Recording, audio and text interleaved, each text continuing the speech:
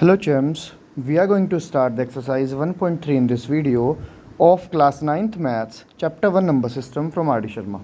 So सबसे पहले before we start the exercise 1.3 let me tell you what is the difference between rational and irrational number and how will you properly identify these numbers. कैसे आप देखते ही बता दोगे कि ये नंबर रेशनल है या इरेशनल नंबर, आपको सिर्फ एक सेकंड में पता चलेगा नंबर को देखते ही. सबसे पहले आपको रेशनल नंबर आपने अब तक ये पढ़ा है कि पी अपॉन क्यों वाली फॉर्म को रेशनल नंबर बोलते हैं. बस क्यों क्या है, ज़ीरो नहीं होना चाहिए, क्योंकि किसी भी नंबर के अगर डिनोमिनेटर में ज़ीरो आता है तो वो इनफाइनाइट या फिर ब्रह्मांड में पहुंच जाता है. चलो ठीक है आपकी इतनी बात. तो अगर मैं कहूँ 1/2 is rational, yes it is rational, क्योंकि डिनोमिनेटर जीरो भी नहीं है और पी अपॉन क्यों की फॉर्म है. राइट सर, क्या 1/3 भी रेशनल है? बिल्कुल 1/3 भी रेशनल है. तो जो भी आप सिंपल फ्रैक्शन में जिसे आप रिप्रेजेंट कर दो वो सब रेशनल में आते हैं. ठीक है सर, क्या 3/4 भी रेशनल है? जी हाँ बिल्कुल 3/4 भी रेशनल है. ठीक है, अब हमें कैसे पता चलेगा? फ्रैक्शन से तो हमने देख लिया रेशनल नंबर है, and it can B also simplified and represented in decimal form. तो डेसिमल फॉर्म में हमें कैसे पता चलेगा कि ये रेशनल है या इरेशनल है? सबसे पहली बात, नंबर जो है डेसिमल में वो टर्मिनेटिंग होना चाहिए. टर्मिनेटिंग क्या होता है?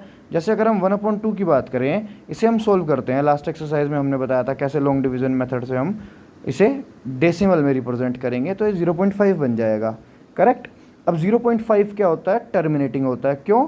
क्योंकि 0.5 कंप्लीटली डिविजिबल है और 1/3 अगर हम इसे सोल्व करेंगे तो क्या आता है? 0.333. लास्ट वीडियो में देख लेना कैसे आता है 0.333. ये रिपीट होता जाता है क्योंकि रिमाइंडर बचता जाएगा ना. तो आंसर क्या आएगा इसका? 1/3 को हम 0.3333 लिखते जाएंगे और एट द लास्ट हमें इसका जब आंसर लिखना होगा तो हम लिखेंगे बार लगा के. कैसे? 0.33 के ऊपर बार, हम ऐसे लिखेंगे. ठीक है, correct. So if the number is simplified into decimal form, so वो नंबर क्या हो जाएगा? वो नंबर रेशनल में आ जाएगा. अगर वो रिपीटिंग है तब भी कोई बात नहीं, तब भी वो रेशनल में ही आएगा. Okay clear. नंबर सिंप्लीफाइड हो, डेसिमल फॉर्म में रिप्रेजेंट किया जा सकता हो, वो सब किस में आएगा? रेशनल में. इट कैन बी टर्मिनेटिंग और नॉन टर्मिनेटिंग. अब हम इरेशनल नंबर की बात करते हैं जिसे हम पी अपॉन क्यों की फॉर्म में नहीं लिख सकते.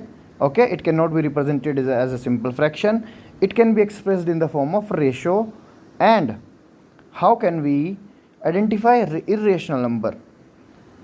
सबसे पहले कैसे हमें पता चलेगा? इसकी मोस्ट इंपॉर्टेंट जो प्रॉपर्टी है वो है कि नॉन टर्मिनेटिंग और नॉन रिपीटिंग होगा. अब जैसे एक तो रूट वाली सारी वैल्यूज़ जितनी भी है, √2 √3, ये सब किस में आ जाएंगी? ये सब इरेशनल नंबर में आ जाएगी. पाई पूछा जाता है, पाई की जो वैल्यू होती है वो 3.14 तो हम अप्रोक्सीमेट में लेते हैं, अदरवाइज़ 3.14 और आगे भी बहुत सारी डिजिट्स होती हैं जो कि नॉन टर्मिनेटिंग और नॉन रिपीटिंग डिजिट्स हैं, इसलिए इसे भी हमने इरेशनल में रखा हुआ है. ओके, अब जैसे हम एक एग्जांपल लेते हैं, ये जैसे ये है 1.24348. अब ये क्या है? ये नॉन टर्मिनेटिंग है. टर्मिनेटिंग होता तो ऐसे होता 0. जैसे मैंने लिया 0.25, तो ये क्या है? 0.25 ख़त्म हो गया, यहीं पे आगे नहीं जा रहा, तो ये तो टर्मिनेटिंग है. बट अगर मैं लिखता जाऊँ 1.243867 ऐसे लिखता जाऊँ और रिपीट भी ना हो डिजिट, बार बार अलग अलग डिजिट हो, तो वो सब नॉन टर्मिनेटिंग में आएंगी. ठीक है, रिपीटिंग और नॉन रिपीटिंग की बात करते हैं. जैसे 0.333, ये सब क्या है? ये 1/3 की एक्सपेंशन फॉर्म है डेसिमल में. अब ये 3 चलता जा रहा है, तो ये तो हो गया रिपीटिंग. या फिर ऐसा हो कि 2 डिजिट रिपीट हो रही हो या 3 डिजिट रिपीट हो रही हो, तो वो तो सब रिपीटिंग में आएंगी. बट जैसे अगर ये है एग्जांपल 9.9468, सब अलग अलग डिजिट है और रिपीट भी नहीं हो रही, तो ये सब नॉन रिपीटिंग में आएंगी. अगर ऐसा कोई आपको एग्जांपल दिखता है डेसिमल फॉर्म में तो वो आप इरेशनल में रखोगे. That's it. I think it is clear. जितनी भी रूट वाली वैल्यूज़ हैं वो सब इरेशनल में जाएगा. पाई भी एक इरेशनल है, ये एमसीक्यू में आता है, इंपॉर्टेंट है, आपको पता होना चाहिए. रूट वाली वैल्यू और पाई ये जो इरेशनल में आता है, इरेशनल की कैटेगरी में आता है. क्यों आता है पाई? अभी मैंने बताया 3.14 तो हम अप्रोक्सीमेट में लेते हैं, अदरवाइज इसके आगे बहुत बड़ी एक पाई एक ऐसा है जिसके आगे चलता जाता है, बहुत बड़ी वैल्यूज़ जाती है. ठीक है, और इसके अलावा ऐसी नंबर जो नॉन टर्मिनेटिंग और non repeating decimal fraction expansion जिसका हो वो सब इरेशनल में आएगा. चलो इसे यहीं पे पॉज करते हैं और हम एक्सरसाइज पे आते हैं. सबसे पहले हम सीखेंगे कैसे हमें पी अपॉन क्यों की फॉर्म में किसी डेसिमल को लिखना है। कैसे लिखेंगे? 0.39 है, तो सिंपली हमें पॉइंट रिमूव करना है और उस पॉइंट की जगह पे 1, बहुत ध्यान से सुनना, पॉइंट हम रिमूव करेंगे, पॉइंट की जगह पे 1 आएगा, पॉइंट के बाद जितनी भी डिजिट है उन्हें काउंट करेंगे। For every digit we have to write 0, for every digit, हर डिजिट के लिए, 3 के लिए भी 0, 9 के लिए भी 0। सो हमारे पास आंसर आ जाएगा 39/100, 39/100। ये हो गया simplify in the P upon Q form. ठीक है, अब हम ये भी देख सकते हैं कि ये डिविजिबल है या नहीं, तो वो हम आगे क्वेश्चन में देखते हैं। ये नहीं था, ठीक है, 39 इज़ डिविजिबल, 39 वैसे भी क्या है, ओड है, और 100 क्या है, इवन, तो ओड और इवन ऐसे डिविजिबल नहीं होंगे। नेक्स्ट पार्ट देखो, 0.750, मैंने क्या बताया, हमें पॉइंट हटाना है और उसकी जगह क्या लिखना है, पॉइंट की जगह पे 1 लिखना है, आगे जितनी भी डिजिट है उसके जगह में 0 लगाना है। 7 के लिए 1 0, 5 के लिए 2 0, और इसके लिए भी एक और 0 के लिए। अब हमने क्या किया, 0 से 0 तो कैंसिल आउट हो गया, तो अब हम इसे सिंप्लीफाई कर लेंगे 75/100 को। मुझे पता है ये 25 के टेबल में आता है, तो मैं इसे डायरेक्टली कर रहा हूँ, अदरवाइज़ आप 5 से भी इसे धीरे धीरे करके शॉर्ट कर सकते हो। 2 बार 5 से कट करना पड़ेगा। 25 3 ज़ा 75, 25 4 ज़ा 100। ठीक है, जितना अच्छे से आपके टेबल्स होंगे उतनी जल्दी आप इजीली सोल्व कर पाएंगे। तो ये सिंप्लीफाई हो गया और हमारा आंसर यहाँ पे आ गया 3/4। B part done. Next part देखो कैसे हम चुटकी में क्वेश्चंस उड़ाते हैं। 2.15 है, जैसे मैंने अभी बताया, पॉइंट हटाना है, उसकी जगह 1 लगाना है, पॉइंट के बाद जितनी भी डिजिट है 1 2 डिजिट, तो ये आ गया। 5 से सोल्व करेंगे, सो 5 4 ज़ा 20, 5 3 ज़ा 15, क्योंकि 20 हमने जब सब्ट्रैक्ट करा तो 1 आया था, 1 के साथ 5 15 बनाता है। या आप सिंप्लीफाई, अदरवाइज़ आप क्या कर सकते हैं, डिवाइड कर सकते हैं 5 से, क्योंकि लास्ट डिजिट 5 है तो आपको इसीलिए 5 से ही कट करना पड़ेगा। 5 का अगर आपको डिविजिबिलिटी रूल आता है तो आपको पता होगा कि अगर लास्ट डिजिट पे 0 या 5 मिलता है तो हम 5 से कट कर सकते हैं, राइट। चलो नेक्स्ट पार्ट पे आते हैं। नेक्स्ट पार्ट है हमारा 7.010। 7.010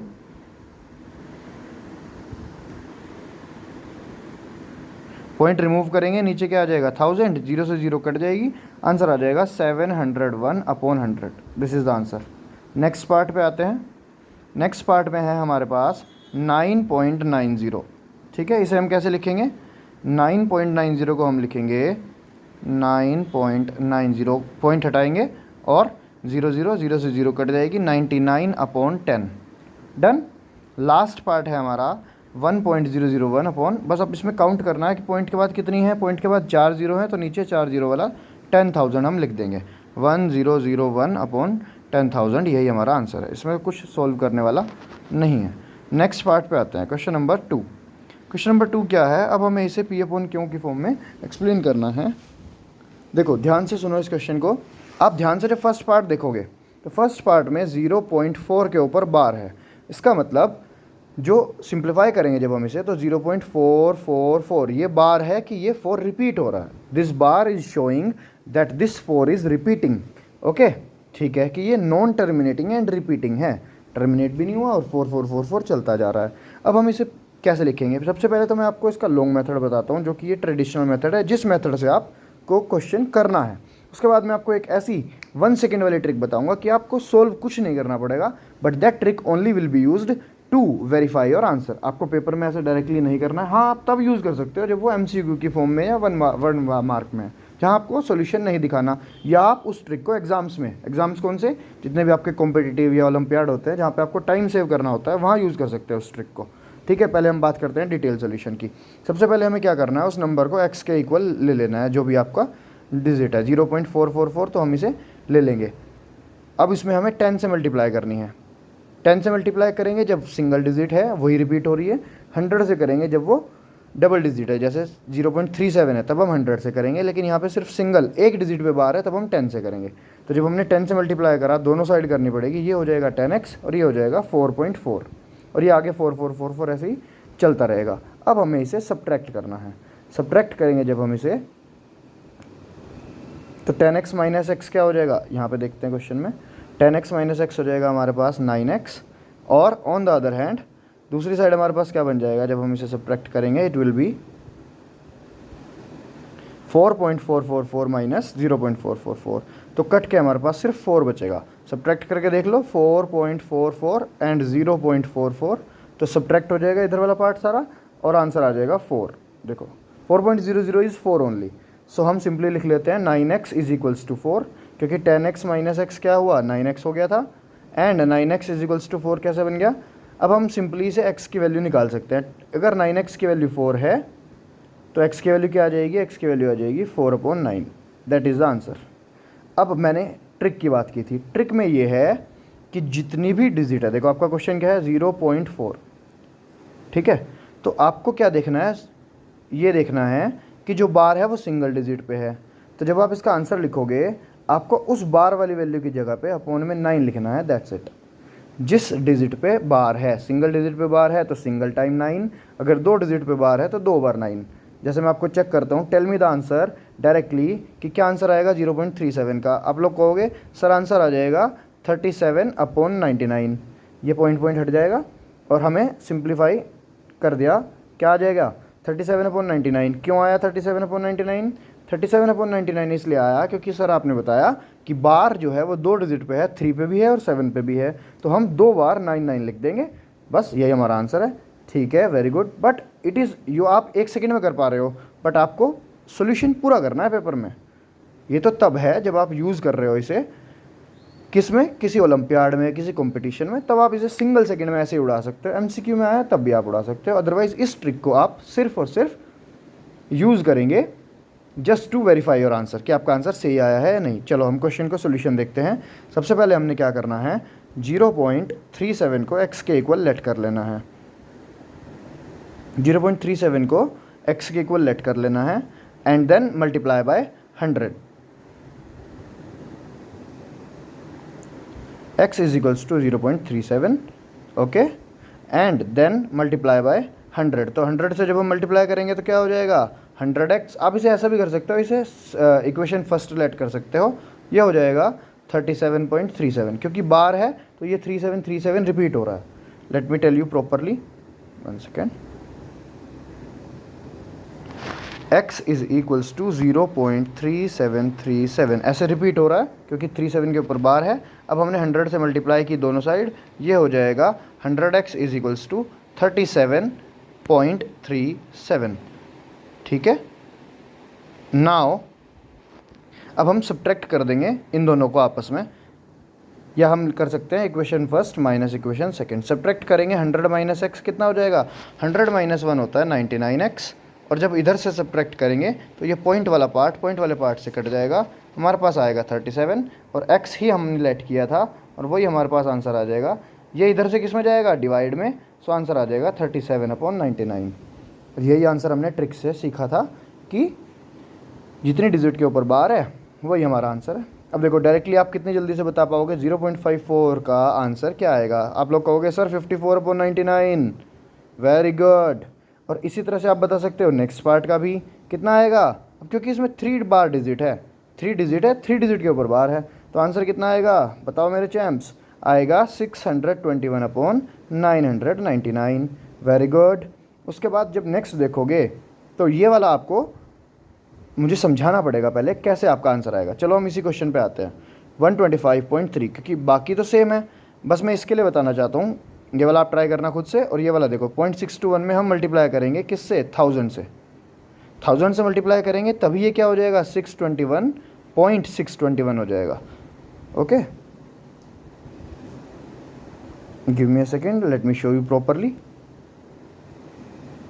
ये हम आ गए हैं 4th पार्ट पे, दिस इज़ हेयर 0.621 और जब हमने इसमें 1000 से मल्टीप्लाई किया ये बन गया ये, and then we have to divide, sorry subtract 1000 minus x, 1000x minus x will be 999x, and after that इधर जब हम सब्ट्रैक्ट करेंगे तो इधर पॉइंट ये वाला पार्ट सब्ट्रैक्ट हो जाएगा, क्या बचेगा, सिर्फ 621 बचेगा, सिर्फ 621 बचेगा, और बाद में ये इधर चला जाएगा 999 इसके डिनोमिनेटर में, तो बन जाएगा number 621/999। So this will be the answer. अब हम बात कर रहे थे इस क्वेश्चन की, this is very important question, क्योंकि जो डिजिट है वो यहाँ है, बार 3 पे है, तो इसका मतलब इसमें सिर्फ 3 रिपीट हो रहा है। ओके, ये ऐसे है, तो अब हम इसमें क्या बात करेंगे, 10 से मल्टीप्लाई करेंगे, क्योंकि सिंगल डिजिट रिपीट हो रही है। हमने कहा था हम सिर्फ उसी को डिवाइड करें, उसी से मल्टीप्लाई करेंगे जितने डिजिट पे बार है। 10 से मल्टीप्लाई करा, क्या बन गया 10x, और दूसरी साइड 10 से मल्टीप्लाई करके दूसरी साइड बन गया 1253.333। Now same method, subtract from the equation 1 from 2, subtract equation 1 from 2, 10x minus x कितना बन गया 9x, और इसे सब्ट्रैक्ट करेंगे तो देखो मैं आपको सब्ट्रैक्शन दिखाता हूँ, पॉइंट के नीचे पॉइंट रख के सब्ट्रैक्ट करना होता है। 1253.33, और इधर की साइड है हमारे पास 125, पॉइंट के नीचे पॉइंट, यहाँ पे भी पॉइंट और यहाँ पे भी पॉइंट, और इधर भी 33, राइट। तो इधर वाला पार्ट क्या हो गया, इधर वाला पार्ट तो 33 की वजह से 0 0 हो जाएगा, और यहाँ पे आ जाएगा हमारे पास 13 minus 5 is 8, 4 minus 2 is 2, and इधर 11, तो 1128, करेक्ट। और इधर 9x था तो वो इसके अपोन में चला जाएगा, आंसर आ जाएगा हमारे पास 1128/9। और अब हम इसे सिंप्लीफाई कर लेंगे, 1128/9 को सिंप्लीफाई करेंगे, यानी कि हम 3 से डिवाइड करेंगे, और 3 से डिवाइड करके हमारे पास आंसर आ जाएगा 376/3। ओके, करके देख लेना, 3 3 ज़ा 9, 3 7 ज़ा 21, 3 6 ज़ा 18, 376/3 आएगा। चलो सर आपने इसमें ट्रिक तो बताई थी, अब वो यहाँ पे अप्लाई क्यों नहीं हो रही, बेटा वो यहाँ पे भी अप्लाई होगी। मैं आपको बताता हूँ उस ट्रिक के लिए आपको क्या करना है, देखो ध्यान से समझो।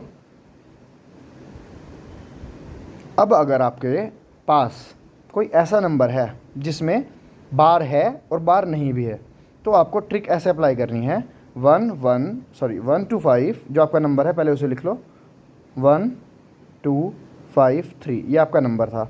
ओके, इसमें से आपको क्या करना है, इसमें से आपको सब्ट्रैक्ट करना है जिस पे बार नहीं है, यानी कि 125 को आपको सब्ट्रैक्ट करना है। पहले तो टोटल नंबर, फिर जिस नंबर पे बार नहीं है उस नंबर को सब्ट्रैक्ट करना है, एंड उसके बाद जितनी डिजिट पे बार था उससे डिवाइड करना है 9 से। एक डिजिट पे बार था तो 9 से डिवाइड करेंगे, बस यही तो आपका आंसर आया था, इसी को हमने सिंप्लीफाई किया था। इसको जब हम सिंप्लीफाई करेंगे तो बेस में आ जाएगा 3 3 ज़ा 9, और न्यूमरेटर बन जाएगा 3 3 ज़ा 9 एंड 3 7 ज़ा 21, 3 6 ज़ा 18। तो आंसर आ जाएगा हमारे पास कितना, आंसर आ जाएगा हमारे पास 376/3। यही हमारा आंसर लॉन्ग मेथड से आया है। बस इसमें सब्ट्रैक्शन वाला है कि आपको जो बिना बार वाला है उस डिजिट को सब्ट्रैक्ट करनी पड़ेगी। 1 2 5 को आपको सब्ट्रैक्ट करना पड़ेगा इसमें, क्यों, क्योंकि इस पर बार नहीं था।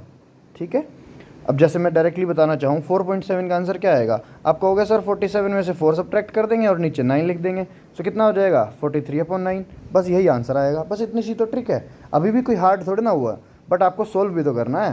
पेपर में थोड़ा ना ऐसे करोगे, पेपर में तो आप करोगे 6 को ऐसे, ये ऐसे 4.777, 10 से मल्टीप्लाई करोगे, 10 - 1 equation first, equation second, subtract करोगे, देखो 43/9 आया ना पहले भी आंसर हमारा, बस दैट इज़ इट। ठीक है, यहीं पे हमारे पास एक्सरसाइज ख़त्म होती है। लास्ट क्वेश्चन आपके लिए छोड़ा है मैंने 0.47। ठीक है, इसका मैं आंसर आपको बता दूं, चलो आप लोग बताओ मुझे कमेंट बॉक्स में, जल्दी से इसका 7th पार्ट का आंसर करो, ट्रिक से भी और विदाउट ट्रिक भी। ठीक है, टोटल लॉन्ग सोल्यूशन भी आपको रफ पे ट्राई करना है। Okay, do subscribe this video channel, and subscribe करने के साथ साथ अपने शेयर जरूर कर देना अपने बेस्ट फ्रेंड्स के साथ, अपने ग्रुप में, and keep watching. Bell icon नहीं दबाया तो बेल आइकन दबा दो, लाइक कर दो वीडियो को। Thank you so much.